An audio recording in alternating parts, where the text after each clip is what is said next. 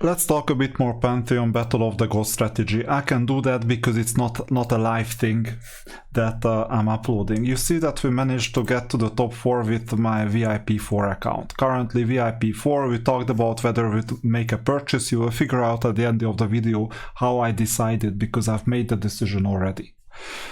So let's see, we're in the top 4. Basically, we managed to beat one of our opponents fair and square quite easily. Now, there is a change that my opponents don't know yet, or maybe they know it if they paid attention in the arena or in some other places. That I have a new unit, and I'm gonna place this new unit most likely in this formation. Now, which unit has to go, we will see. I'm talking about this unit. It's a good pair of the Wrath Lord. What is it? Wrath? No, it's called Hell Baron. I always mix up the names. Now, let's see. What we know is Clerigor 1, and I don't have time to adjust much. Although he doesn't know me yet. He doesn't know me yet that much. I've beaten him a couple of times. We will see. Now, what I usually do first is I check out where he won. He won right here. And I check out whether he's capable of changing his team. So you click here and you check out his team, and there you see Fortress, Catherine, and this I don't know what his name is, new generation 3 hero Drakon. Yeah, so this is the order, and I check out the units just in case, so you know, remember this. Good. Now let's see the semi-final, and there, come on, here it is. He managed to change stuff quite significantly. Or did he? Yeah, he did. He's on the right. I thought he was on the left. No, he's on the right. So first he had the Fortress hero, then he had Catherine, and finally he had this one. So this means that he's capable of adjusting to the opponent. And it seems like, let's see, which is which, strength-wise, like team strength-wise. That's a good question. We cannot really see this from here, but this is a really strong team. This looks like a leftover really weak team. And yeah, the 4 stars are strong. This may be his second strongest team. It's a bad decision from his end to separate the Wrath Lord, this time it's Wrath Lord, and this unit. So if I was in his shoes, I would place them in the same team because they help each other out big time. But anyway, the point is that strongest and at the bottom second strongest. Let's see. This is clearly the strongest team of Borubar, it seems. Clearly the strongest generation 3 hero. And for some reason, hard to explain, it came up against the weakest. And you see that he managed to swap it. So there was some thought process in this. Then came another team that is really weird. That looks like a weak team. And even this is a weak team, the second strongest team of Clerigor, fine. And regarding this one, this seems to be Borubar's strongest team. No, second strongest team with the Judicator and the Devil and some others. So second strongest against first strongest. There must be some logic. Let's see the order of heroes. Rashka, what's his name again? Drakon. So Rashka, Drakon, and the Ryland. Let's see the group game. Borubar.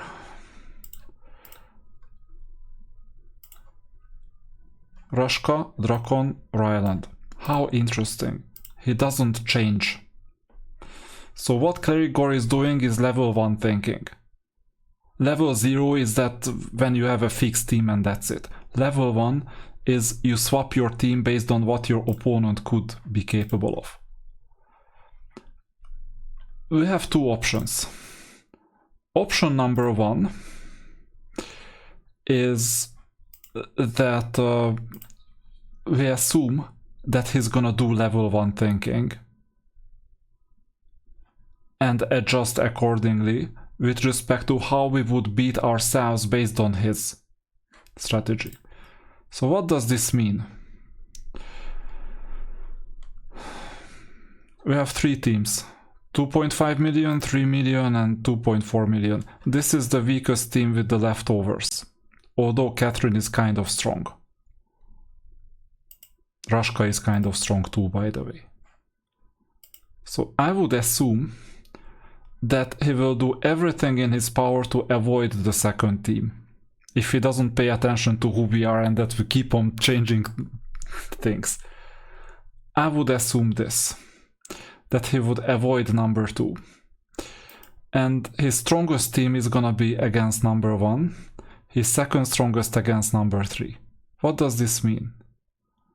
This means that his weakest team is gonna be up against our strongest team, right? So this means that he will try to beat us here with the strongest team, we'll avoid this, and we place our weakest team here. So we just swap the first and the third. Done. So that's where the opponent's strongest team is gonna be. We also know that his weakest team is gonna be here.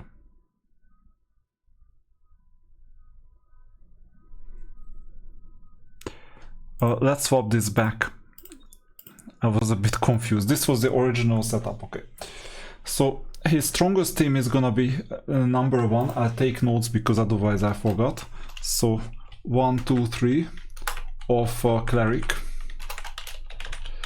And his strongest team is gonna be number 1.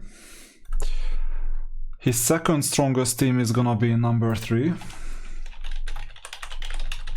And his weakest team is gonna be number 2 because he has no chance. This is what I would expect to happen in his shoes, based on level 1 thinking. So this means for us that we need to move our second strongest team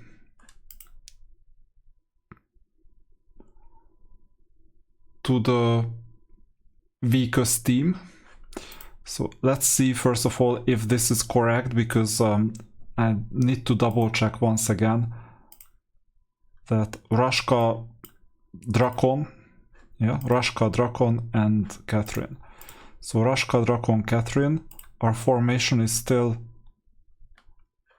Rashka, Drakon, Catherine. Amazing. So this is, we know our opponent's layout. Our strongest team has to meet the opponent's second strongest team, which is gonna be the third one. Our second strongest team has to meet the opponent's weakest team, which is gonna be the second one. So our strongest team is gonna be here, our second strongest team is gonna be here, and our weakest team is gonna be here, meeting the opponent's strongest team. Here is my notes. Cleric, if he's a level 1 thinker, he's gonna attack us like this. Now, next time I won't be able to, I will do this, the exploitation, as long as it works, and it has always worked. You can also do this, it's like a poker typical strategy, that you keep on exploiting your opponent's leaks, as long as you don't know that they are aware. And I have zero evidence that Cleric is aware. I just have evidence that he keeps on moving his team. So that's my preparation against Cleric. I'm satisfied with this and I'll save. I'll make some changes though, some small changes, that my strongest team is now gonna include the Fallen Angel. I will balance things out a bit just in case I was not fully correct. So that's the idea, and I'll move these people up. Why am I moving them up? The reason is that I know that Cleric specifically tends to use the first 2 rows.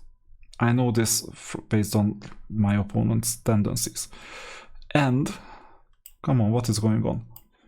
I wanted to move, oh yeah, this is a back row unit, so I'll move this to the front row, and now we have 2 casters, not a problem. They are good synergic. Now, whether we can get away with just 1, like this, and no defensive unit, I don't know. That would be a long shot. I would prefer 2 defensive units, and the rest of the units will do the magic. So effectively we are weakening this team, but effectively we're also strengthening the second team because we're giving it a devil. Just think about this. We will see if this makes sense. I might need to change this to like next time when I fight Lord Phoenix. And with Lord Phoenix, what I'm gonna do, I'm gonna tell you already. These are all the 6 possible permutations, like 1, 2, 3, 1, 3, 2, and so on. This is a random number between 0 and 5. And this is, just so that you know, you don't have to understand this, but well, this is a JavaScript array, a list of items. And you can index this list of items like this, like the 0th element is 1, 2, 3. The 5th element is 3, 2, 1. But if you generate a random number that is like always different, it's like a cast of a die, and place it here, then we get a random permutation. Done.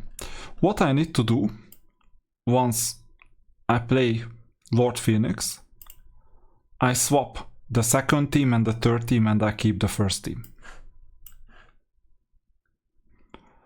And from then onwards, we don't care how he thinks. It's game theory optimal.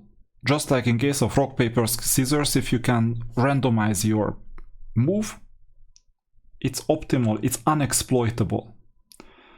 We're not gonna win against Lord Phoenix in a sense that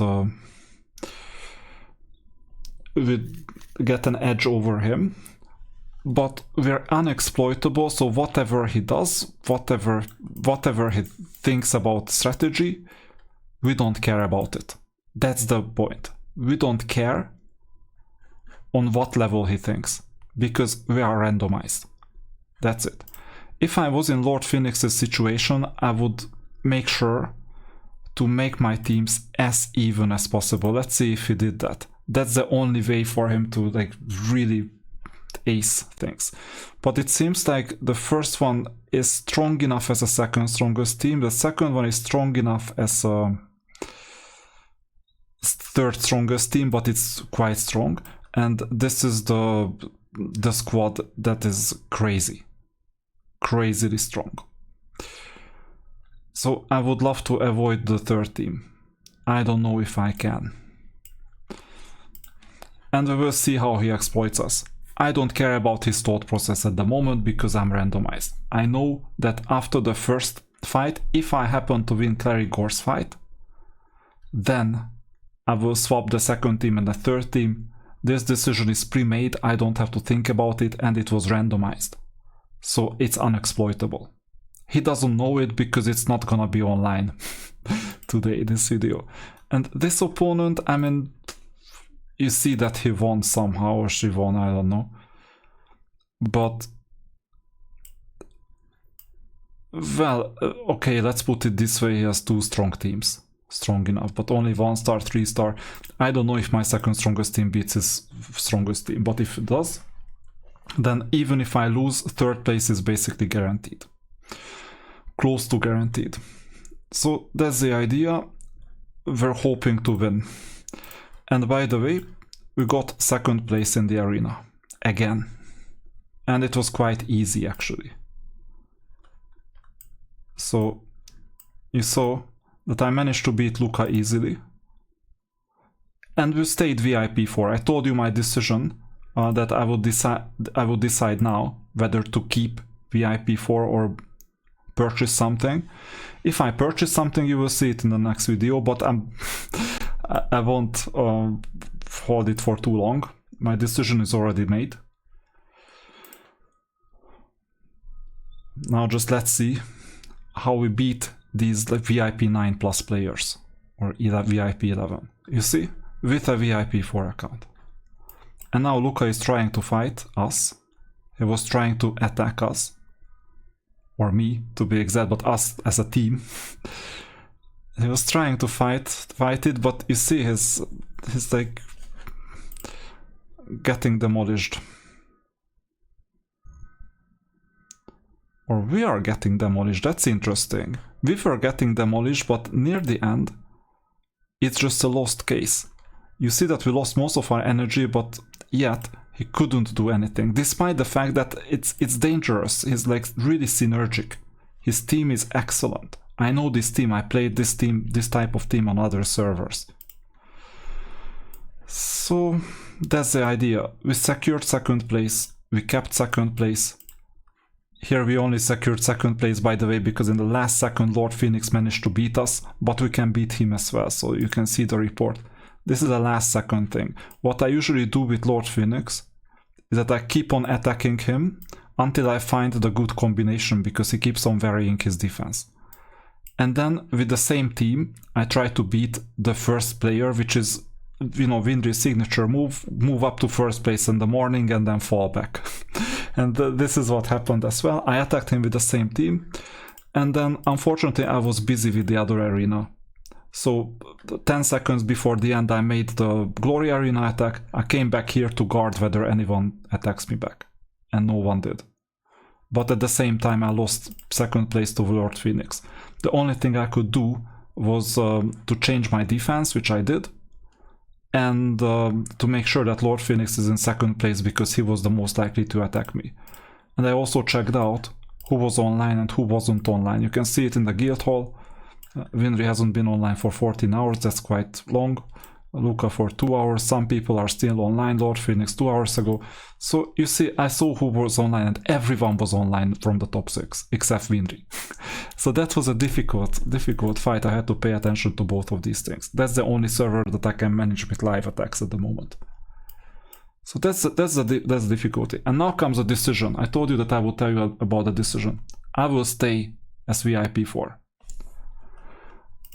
I will not purchase Growth Fund 2 at all, most likely ever. I can backpedal on this decision if there is a good argument for it. But most likely this is a decision where I cut out the possibility of purchasing Growth Fund 2. It's just pointless at this stage. This is a no-go. Regarding the astrological contract, I will stay VIP4 and I won't purchase it now.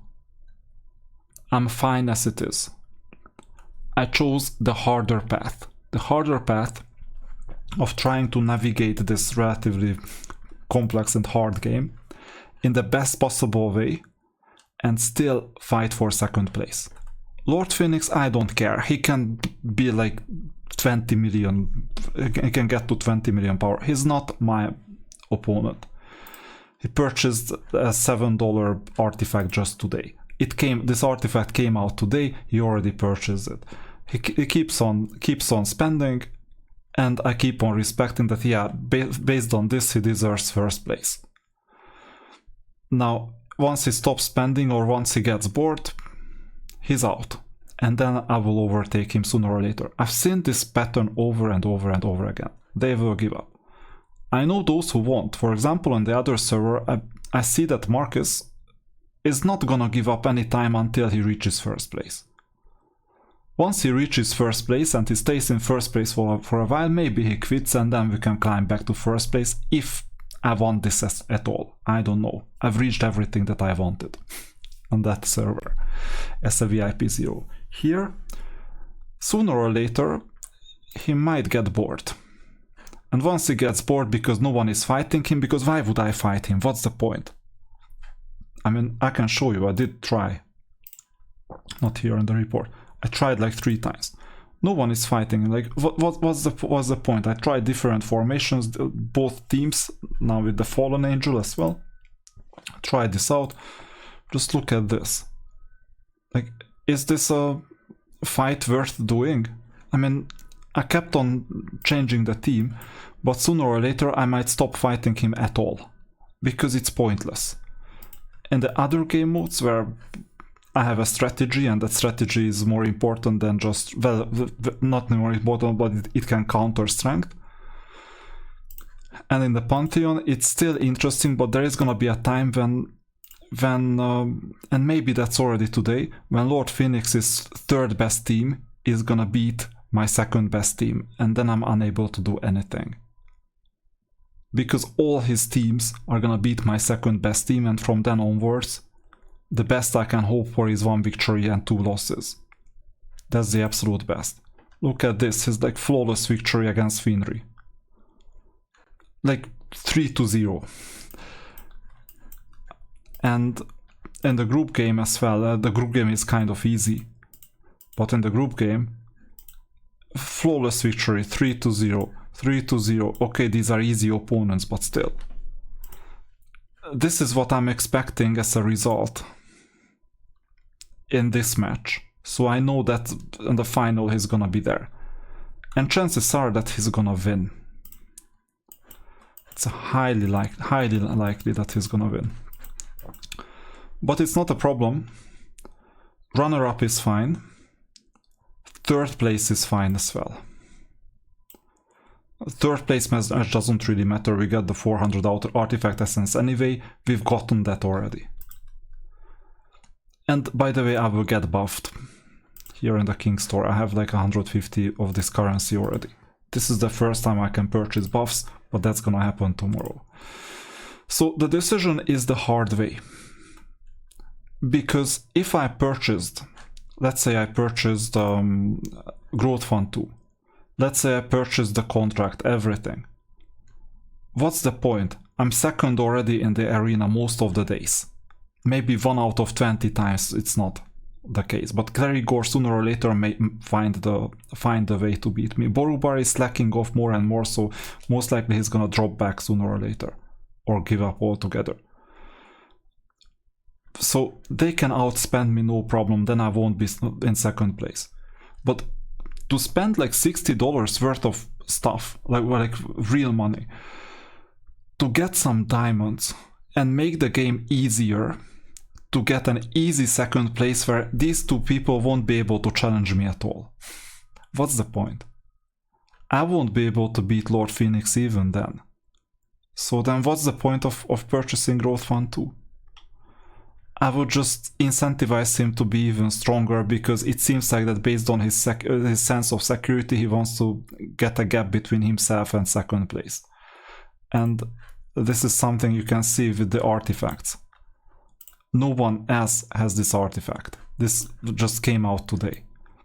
Why would he have like a Power of Dragonfather? This is a huge waste at this stage. What's the point? I know what's the point, because he got the artifacts, but this is a bad artifact in general. This is an $18 purchase.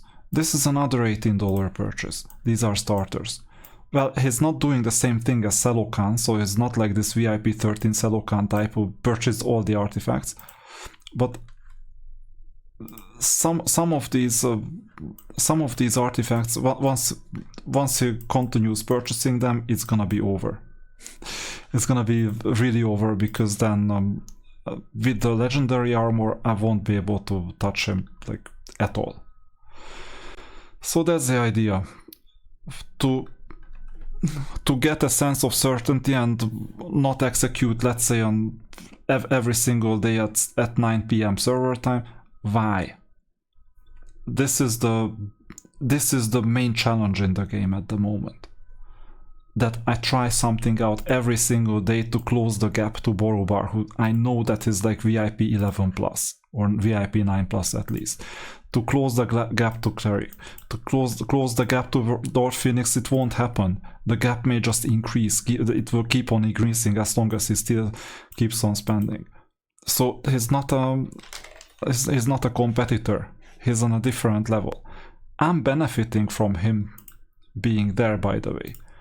Because here in the tunnel, let's see, this tunnel, it's quite helpful that he's there, because he's defeating all the bosses and scoring with all the bosses. But besides that, you know, he's gonna stay in first position as long as he doesn't quit. And let's see the quitting list, and then we'll call it a day. You see that there are quite a few people still active. This is the only guild right now that is still active. And then a VIP 8 quit. Another one, I don't know his VIP level, but quit. Another one. And a VIP 1. And he's like VIP 4 or something. He quit like long time ago. Another VIP 8. The cemetery is full. Saraxar, remember he was first all the time. I had a really hard time beating him. He got bored at level 65. So the time will come. The time will come, and then we will most likely take first position. If it's useful at all. If you want to make your life easier, in that case obviously Growth Fund 2 is the best thing that can happen to you. And the artifact contract will help you farm legendary armor. If I may suggest one thing, I think I made a mistake by getting Cornucopia and focusing on Cornucopia that early. Instead of Cornucopia, I would focus on getting pieces of legendary armor. Then I would have had at least 2 pieces already, and this could be my 3rd piece. And with the contract I could easily get it without spending any diamonds. That's what I would recommend if I could start over. So, you see that the VIP 4 account is still interesting. And with just spending $30 in total, you're in the mix for the top positions. You can be in the mix. It doesn't mean that you're gonna get to first place anytime soon, possibly it may take even half a year. But otherwise, what would be the challenge of the whole thing? We all know how to open a wallet. We all know how to go nuts with like a VIP 15. Like if you're interested in a VIP 10 plus playthrough or a VIP 15 playthrough, let me know.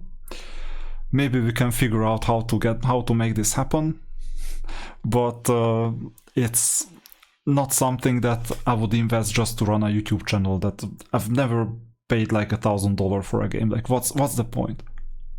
What's the point? I know that I can get to first position without it. So I've done it twice in 2 different servers. Once as a VIP 0, not even a VIP 4. So what's the point? And then I figure out there is no point. So that's why most likely I won't do the VIP 15 challenge. It's pointless. But for some of you, maybe you have less time. In that case, it may be a sane option to keep on purchasing and staying in the mix. That's absolutely fine. It's your choice.